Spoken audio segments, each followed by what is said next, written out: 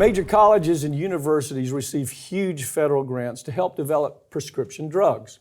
But what you may not know is that these colleges also get a cut of the drug's profits, which is why they're teaming up with the ugliest part of Big Pharma to keep the cost of your medications as high as possible because they're making a percentage on those costs.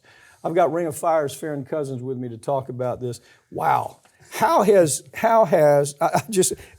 I saw this, I'm wondering, how has UCLA, NYU, Stanford University, University of North Carolina, Chapel Hill, how have they been under the radar in this, where we didn't know that they are the little gremlins, the secret little gremlins that are doing business with the ugliest part of Big Pharma, who wants to keep drugs as high as they can. He wants to keep drug prices as high as they can.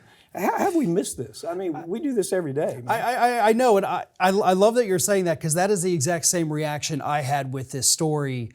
We've covered this story for 20 years. Yeah. And I learned so much from this article that I didn't know, and it's shocking to me. Until you gave me this story, I would have said, bullshit. Right. But these are university administrators that are part of keeping the cost of drugs sky high, right? Yeah, because what happens here, we've talked about this part. Obviously, the federal government comes in and they say, hey, college, UCLA, because that's one of the worst offenders here. God. UCLA, we've got millions of dollars we want to give to you because you've got brilliant scientists and they're working on a cure for this cancer. So here's millions of dollars, UCLA. You make this cure. It's taxpayer money, but you get it for free. UCLA goes and does it. So, okay, we've got this wonderful drug. And here's the part we didn't know.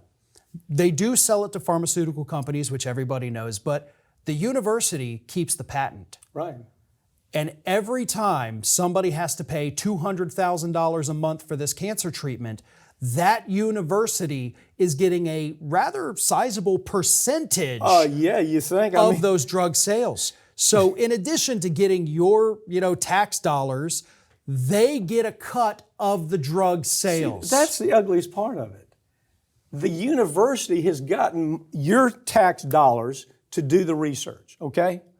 Then they say, I got this patent in, what is it, Zanti? I believe that's how it's pronounced. Yeah, okay, so it's a prostate cancer drug that is sometimes the only thing keeping a person alive, that it costs, is it $2 million a year? Is it $200,000? $200,000 a year for that person to buy that drug.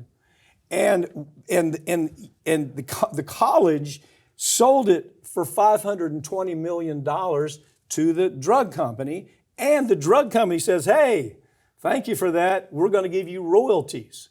So secretly, the university is trying to stay under the radar, and they're trying to be the lobbyists to keep drugs high. It's not just, UCLA by far is the worst offender. Yeah. Somebody ought to go there and just clean house. But it's also Chapel Hill. It's also NYU. It's Stanford. They have a direct interest in making sure that people have to pay as much as possible for a drug that might keep them alive. Right, and the colleges have offered the dumbest and most insulting excuse for this. They say, well, we use this money because, we got to keep up the grounds, we got to keep up the buildings, and we give people scholarships to come here, and this helps pay for that. No, what helps pay for all of those things is the fact that you've jacked up your tuition prices 7,000% in the last 20 years. Those students who are not on scholarships are already paying for those that get the scholarships and everything else. You're not paying your professors, basically not paying them living wages because you're getting rid of the real professors, bringing in the adjuncts. You pay $5,000 a semester to. Oh, by the way, work for the pharmaceutical industry. Yeah. And so this story, colleges are all about money these days. There is no other way to say it. It's not about education. It's about the money. Okay, down the hall there at UCLA, they're teaching humanities, right?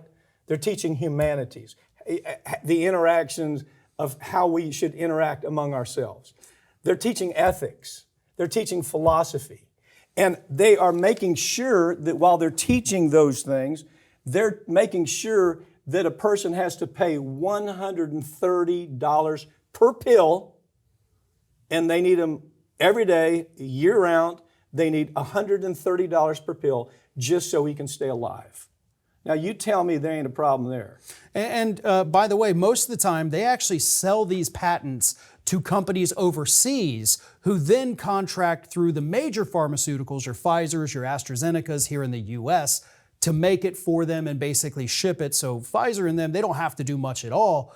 But then these other companies, usually in India is where they will buy the patents, they also say, okay, well, you can make generics because now we also have this.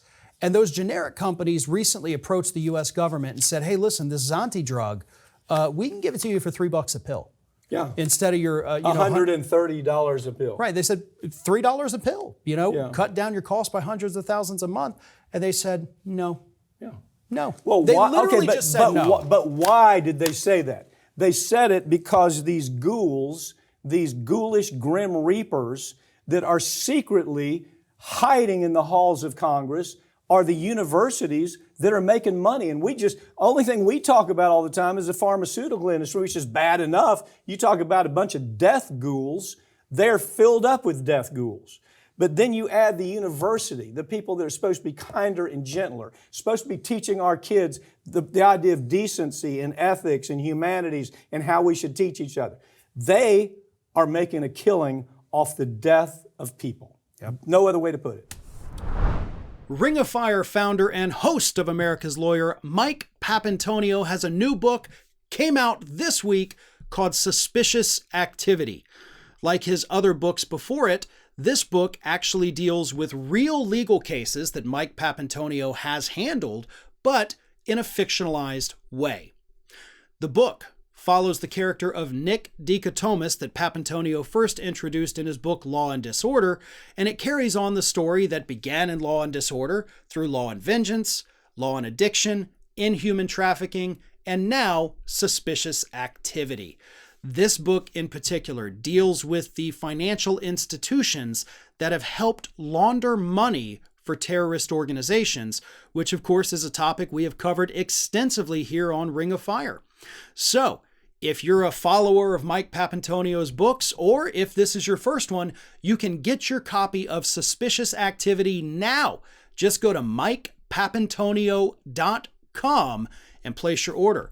And if you haven't already, check out Mike's other books, also available on MikePapantonio.com.